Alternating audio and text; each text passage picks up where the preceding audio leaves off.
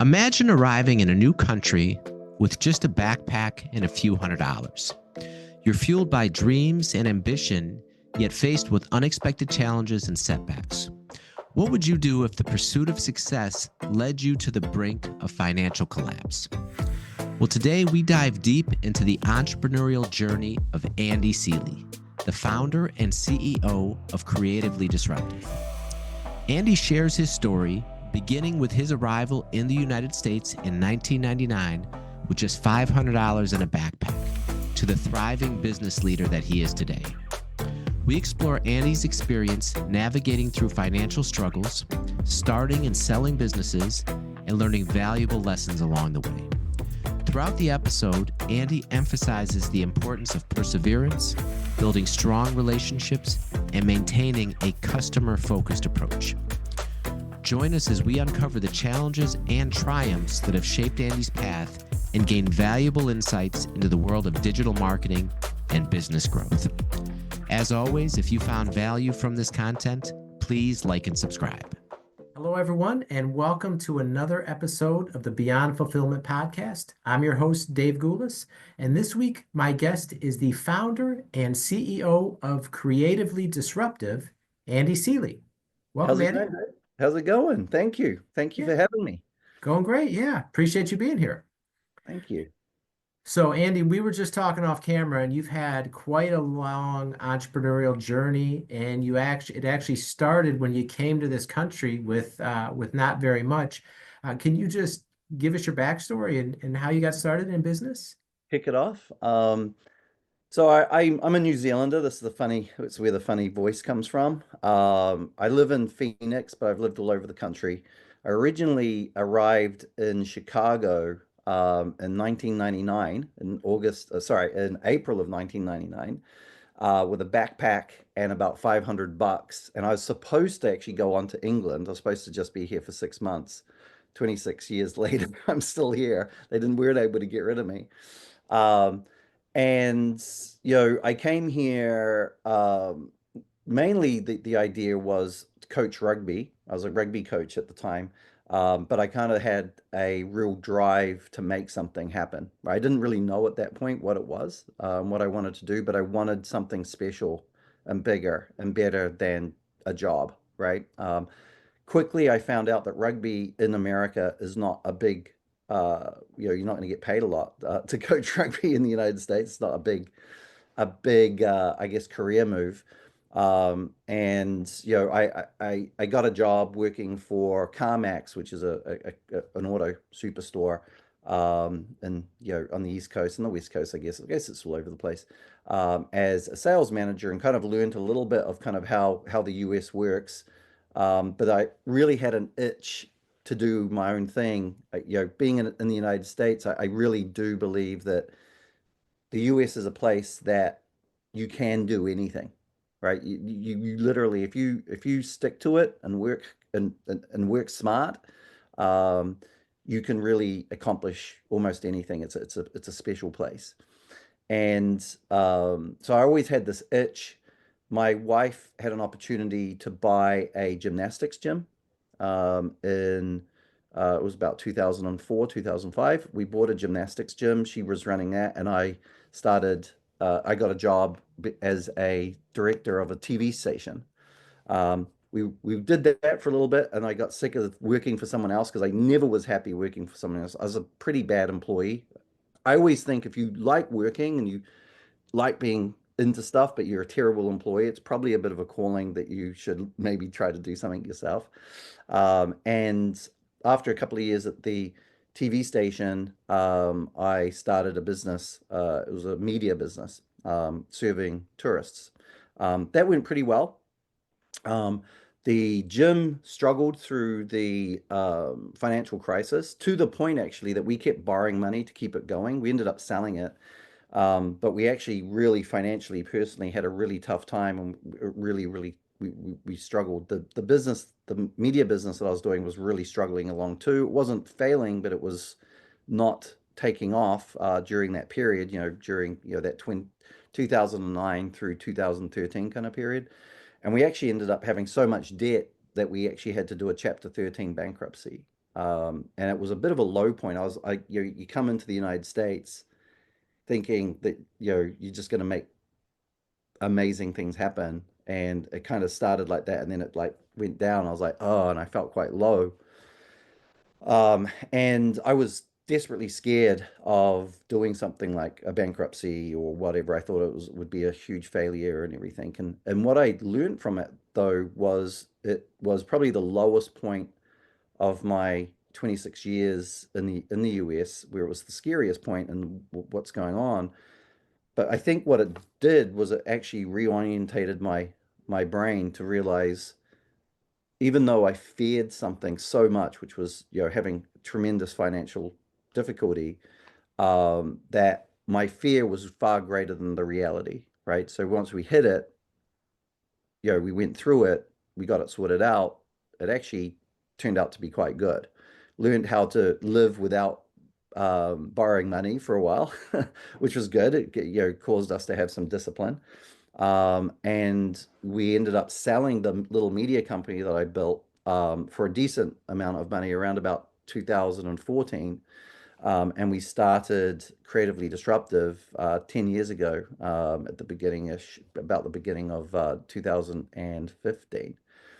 And that has just taken off from there. And one of the things, the founding ethos of Creatively Disruptive, and I do have a business partner, we both have gone through similar journeys, was we wanted to build a company that would be able to treat its clients like it was part of our family. So my idea was that if somebody looks at the ceiling at 3 o'clock in the morning, which all entrepreneurs do, worried about how to make payroll, or how to solve this problem, how to do this, how to do that, that they could think in their head, I work with Creatively Disruptive. I'm going to call them in the morning and we'll work through how to solve this problem. Because whilst we do a lot of our work is digital marketing and business growth and getting tools and different things to help businesses grow. Because we work with 110 different businesses ranging from small, like they're all kind of small businesses. We're not working with major corporations, but ranging from brick and mortar, kids activity centers like gymnastics gyms through to we're working with law firms, we've got a couple of kind of interior renovation type companies, all the way through to ecom businesses, 110. We're having lots of conversations, good and bad, best practices, not good practices of how to operate. We see, some of our clients do loads of mistakes. We're able to take those mistakes and those learnings to other clients that are struggling with things and bring the best practices to the guys that are making mistakes and be able to help them. And I guess the biggest thing that we've kind of come through is, you know, the guys that are successful, and I'll put my hand up and say I'm one of them, are the guys that don't stop. Almost every, successful entrepreneur has had a really tough time, like a really tough time, to the point where they just don't know how they're going to continue. Um, and almost every successful entrepreneur has kind of gone through those tough times. Sometimes they've had two tough times, or three tough times, or multiple tough times. Um, and those failures or difficulties have actually molded them into who they are, and given them the success that they have. So, what I learned from all of that, coming through from, that early beginning of coming to the United States with nothing, basically $500 and a ticket to get out of the country, um, is that if you stick at it and you work smart and you think a lot about things and you strategize, and to a degree work hard and push through difficult periods, if you build good relationships with good people that have skills that you don't have, so you build a team around you that is really, really good, you can overcome almost anything and get to some really good places. And ultimately, I think Creatively Disruptive is successful mainly because what's really important to us is doing right by people. We have an ethos from a management standpoint of doing business with good people and good businesses that do good things. And then we operate in the same way. And it is if I'm honest, it's supercharged us to a point that we have instead of building a sandcastle or a house of cards, we actually have a rock castle that has been able to do well through whatever, through COVID, through recessions, through whatever. I don't see myself revisiting the times back in the um, financial collapse that was 2009. So that's a long-winded explanation of kind of like my journey from you know, nothing to something. And my journey is still going. It's exciting. We are acquiring businesses. We've recently acquired another agency. We're looking to acquire three businesses right now. There's a lot of business acquisition out there, and that's kind of where my journey is headed, is business acquisition. Attention Shopify sellers. Are you tired of slow sales? Do you want to skyrocket your revenue? Well, you'll want to join this free masterclass from my friends, the Traffic Ninjas. Learn how to optimize your store, boost conversions, and dominate your niche. Sign up with the link in the show notes and take your Shopify business to the next level. Well, so much to unpack there. Sorry. No, it's great. Let me just go back. So when you're, before Creatively Disruptive, when you have the other media company and you have the gym, and like you said, the gym, you're just kind of you're really going through a tough time just keeping it going, and you're borrowing a bunch of money, and I'm sure you're looking at the hole that you're in, and like, how am I going to get out of this? And like, how did the day to day, right? When you still got to go there and put on a smile for customers, and you still got to be strong for your employees, and you still have to be the leader. Like, how did you get through those? Because it sounds like that was like years of going Yeah. through those challenging It was times. probably, if I'm honest, Dave, it was probably 4 years, 4 years of struggle. Um, and there's two parts to it. One is my wife, just is, I met her, the reason why I'm still here is that 6 months into being in the United States, I met this wonderful woman. And 26 years later, we're still together with a family. So, but my wife, who is a gymnastics professional, and she kind of was the main runner of the gym at the time. She is like a bulldog, right? She won't let go of things. You go like pull her off of stuff. She doesn't give up. She just does what she needs to do. And from a gym standpoint, we got through the gym period from pretty much, if I'm honest, her just not just turning up every day, going to the gym, doing the thing, even when she wasn't earning any money. And we didn't earn any money out of that business for probably a year and a half, 2 years, right? She worked for free for 2 years basically because she believed in what she was doing, and she had a mission that she wanted to accomplish, and she would not give up, right? So she kept the gym open probably by doing that. I was able to support us through the media company that we had, which was basically a publishing firm that we published a magazine that went into hotel rooms for tourists, right? And that was a lot of fun. It made enough money to get us through that period, right? Not enough to pay down the debt. That's why we ultimately paid, 4 years later.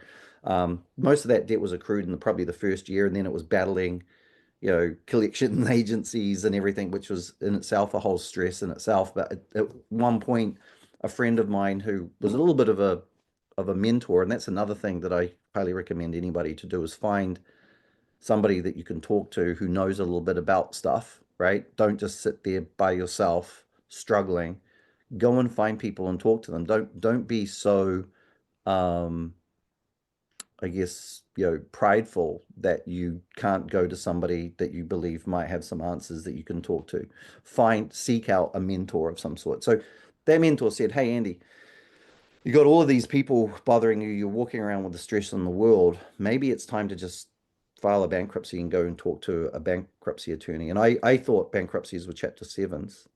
What my bankruptcy attorney said was, no, there's lots of different types of bankruptcies. Why don't we just do a Chapter 13 so you can keep hold of your house and you can keep hold of some of your assets, and you pay a lot of the money back and it just gets restructured. So that's what we did, and that was that. But what I would say that actually got me through that tough period was to just summarize it all up, was a conversation I had with my dad, who's pretty successfully, manager and business owner in New Zealand. And I had this one day kind of crisis, almost like it wasn't a mental breakdown, but it was a bit of a like, I'm just stuck. I don't know what to do. So I had a conversation with him, and he said, and this is, I've kind of gone with this always since that day, which it almost, you could almost say that that was kind of like that point where you bounce. And I had that conversation, and it kind of just went up from there.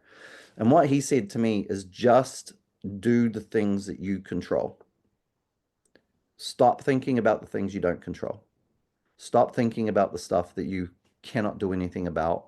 You've heard of the thing, don't worry about things that you can't do anything about. He said, just do action, just focus on actions that you can control. And to give you an example, at that point, I'd started this media company to try to, balance out the books so we could actually feed ourselves and pay the mortgage. And he said, um, just focus on picking up a phone, and calling. Most of the clients that we had back then were, or target clients were, restaurants. So just call 100 restaurants and see if you can get in to talk to them about them advertising in your magazine. You can't control whether they pick up. You can't control whether they agree with you to meet with you. You can't control whether or not they buy from you. The only thing you can control is picking up the phone and calling 100 people. So all I want you to do is focus on that. And if you do that, you're successful. And I was like, okay. And I made a list of 100 targeted customers, and I picked it up. I picked up the phone. I only got through to 65 because I actually got a few people pick up the phone, and I actually got 16 people decide that they wanted to talk to me and they wanted me to come in. And I ended up going into those 16 people, and I ended up getting 5 customers. And that was something that really hit me. I was like, okay, stop worrying about all the things that I don't actually control. Like, oh, these leads aren't any good, or the people aren't answering me, or blah, blah, blah, blah, blah, or whatever it is. Just drill it down to the stuff that I literally control myself, and just focus on doing the best I can with the things that I control. And that was the game changer for me. Love that. Okay. All right. So, um, so let's see. So you sell I the don't know, gym. did I answer Yeah. that question? I don't know if I Yeah. answered I that know question. we went off on a tangent, but no, you gave some great perspective there. Yeah. Okay. So you guys sell the gym, right? And then you end up selling your media company. You go through the bankruptcy, you come out on the other side. And after you sell the media company, then what made you start Creatively Disruptive? The media company that we had, which was basically a publishing company, we had a lot of success. We actually did it was actually called Getaway. And you can actually go, if you go to YouTube, you can type in Getaway, Getaway Reno Tahoe, Getaway San Diego. That is actually that company, right? That we ultimately sold. And what we found with that company was that there was a lot of pushback on publishing, and like magazines. No one wanted to spend money to be in a magazine for whatever, for many reasons. They were very excited about the video production that we would do on YouTube. So basically the little 2-minute, 3-minute stories about things to do in the location that we were in. So San Diego or Reno Tahoe.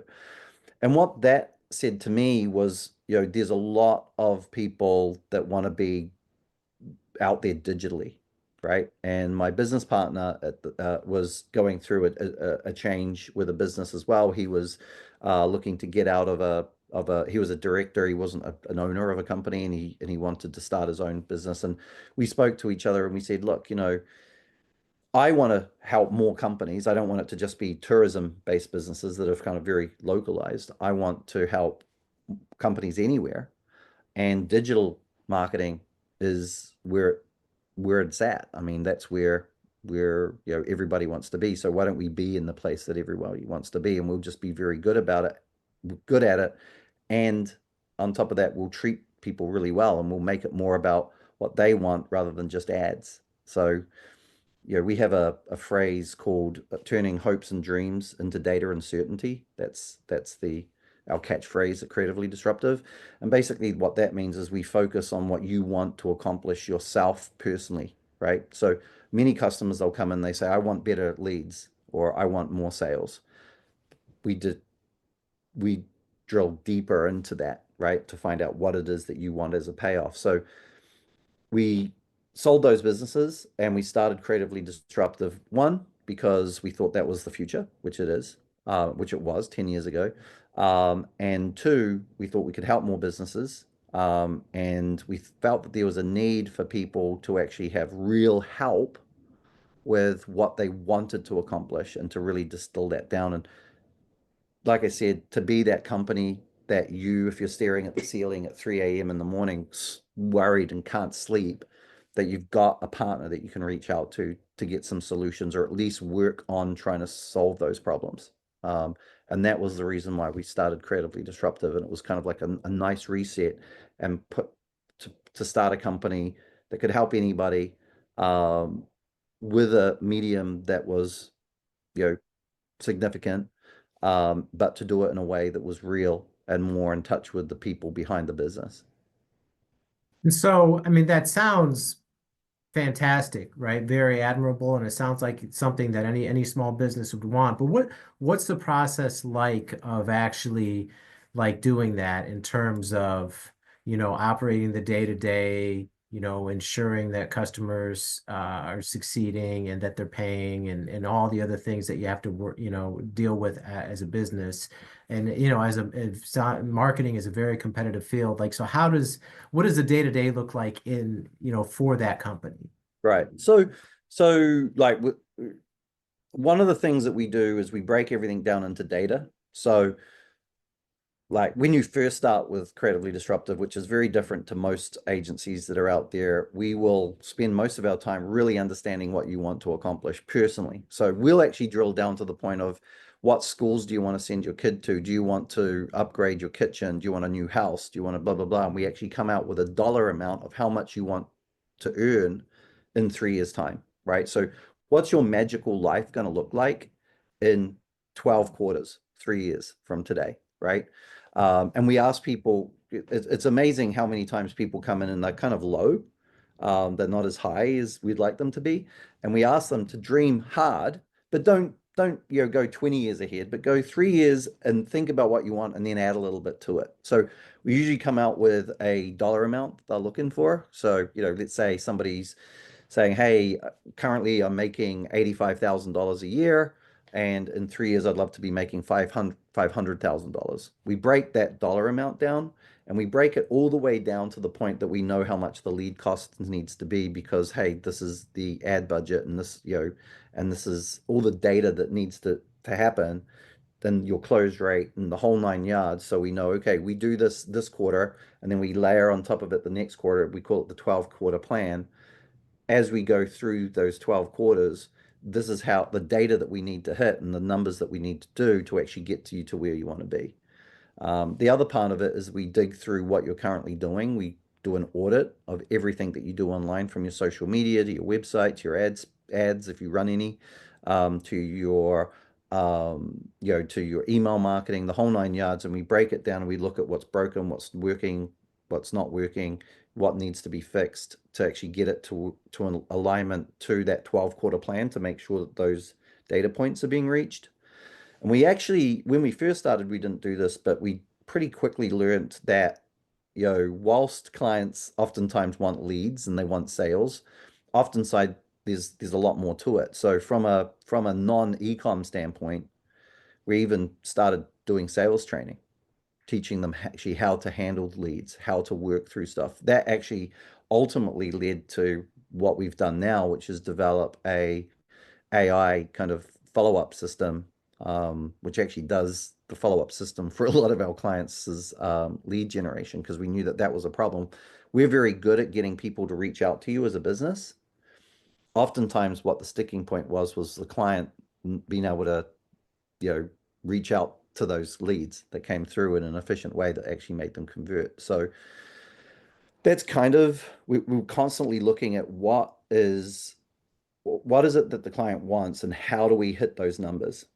So the 12Q plan has become a real significant, I'd say, focal point of what we're trying to do, because whilst customers most of the time and most business owners say they want more customers, it's like, how many more customers?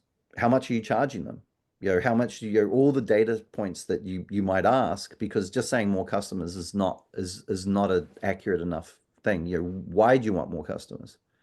We actually have some clients who say, well, I want less customers, I just want them to pay more, right? So going through the process to figure out what they need custom to that business, no matter how big the business is. We have a landscaping company, which is a pretty small company that we work with at a different level, all the way through to pretty large. We actually had a bank in Louisiana that we worked with for a number of years that ended up doing their own in-house stuff. And everybody kind of has the same kind of process that they need to go through to actually get to where you want to be. So yeah, another long-winded tangent-filled answer. All right. And so when you started this company too, because clearly, right, you'd been through challenges, you'd overcome a lot. You kind of were re-energized after the sale of the last business. Like, did this take off right away, or did you go through some like a tough time getting it off the ground? I would say it was kind of like a slow. There was no down. It's always been on on the upswing, but probably 2015, 2016 was kind of like a slow, growth, but it was, every month it was a little bit better, but it took a while, right? Um, my wife had two jobs during that period because, I was earning, I think my partner and I were earning like $1,000 a month at the early days. Um, and it was slow, right? And one of the things that we learned really early on was to build a funnel and to build a presence online, right?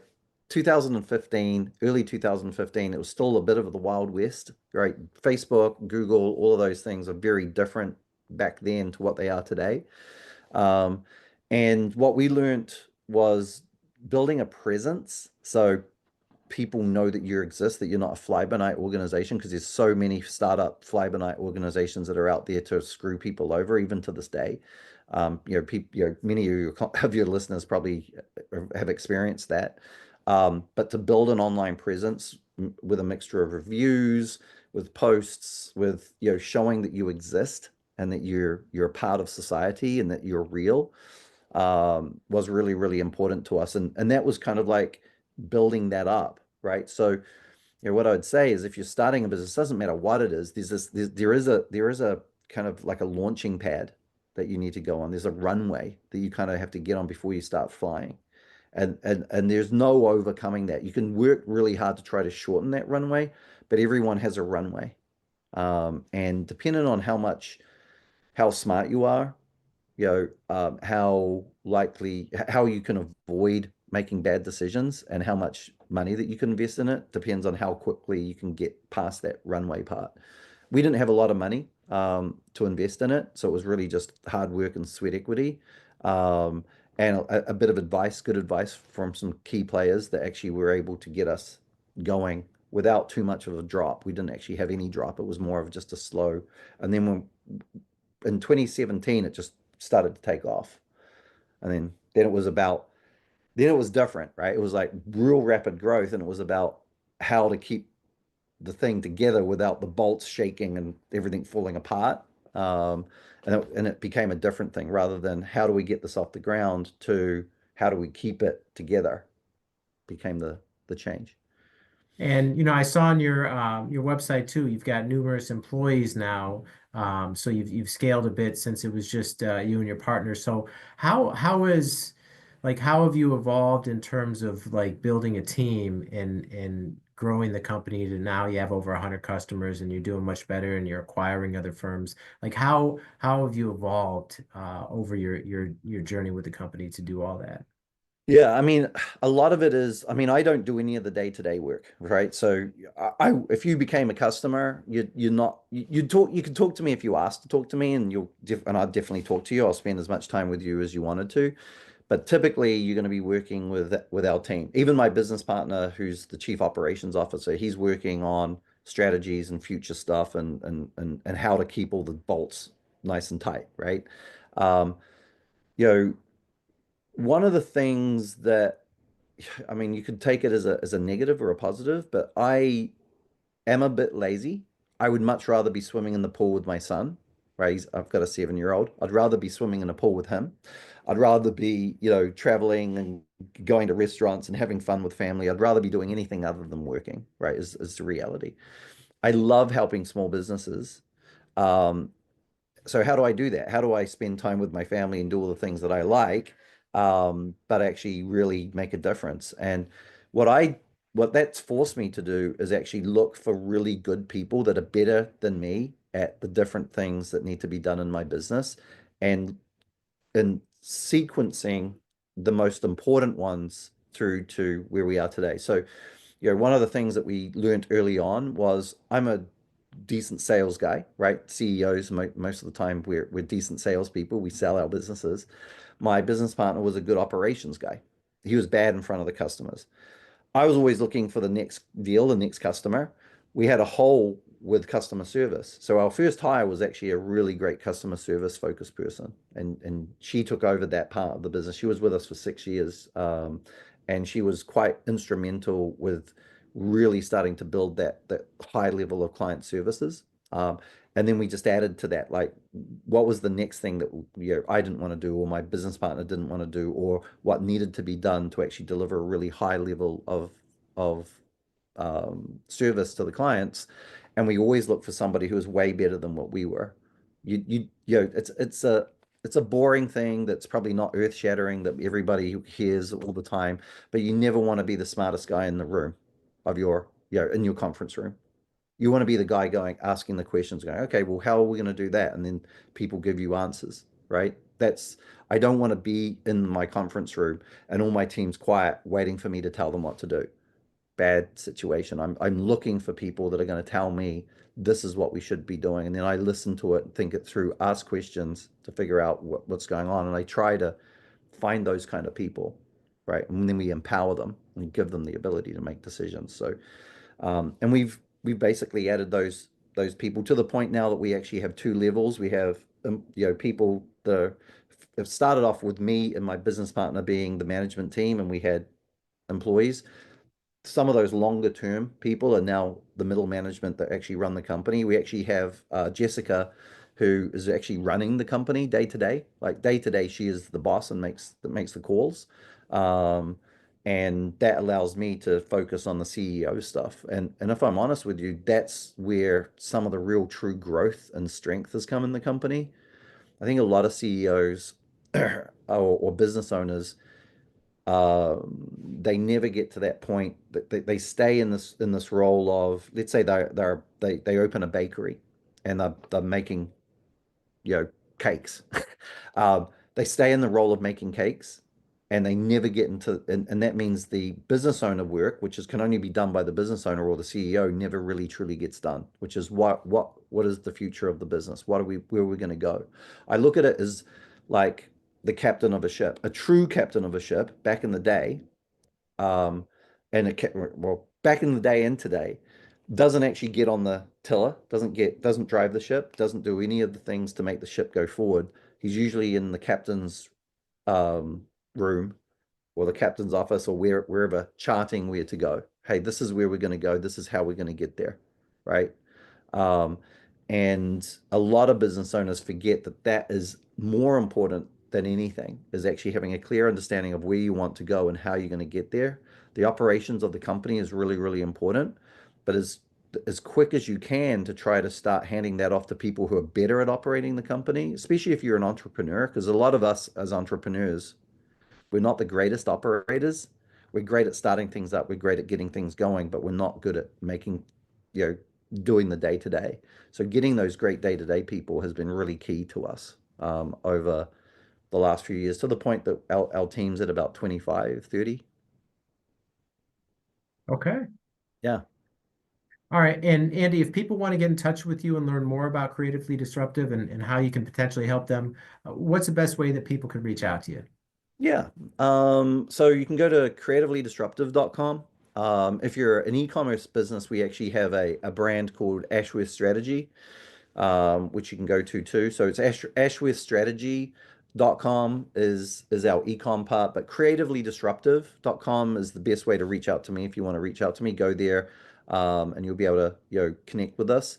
You can, find me on Small Business Champion on Instagram if you want to, follow me, or do, jump on there, or follow Creatively Disruptive is probably the best way to actually reach me from a business standpoint. And go to Creatively Disruptive on Instagram. We actually have a YouTube channel too called Creatively Disruptive that you can go on and see a lot of stuff that we put on there. So those are probably the best ways to reach out. All right. And we'll link all that in the show notes for everyone. Awesome. All right. Well, Andy, thank you so much for taking the time to be here and sharing all this valuable wisdom from your journey. We greatly appreciate it. Thanks, Dave. It was great chatting with you. All right. And that's all the time we have for now. We will see you next time.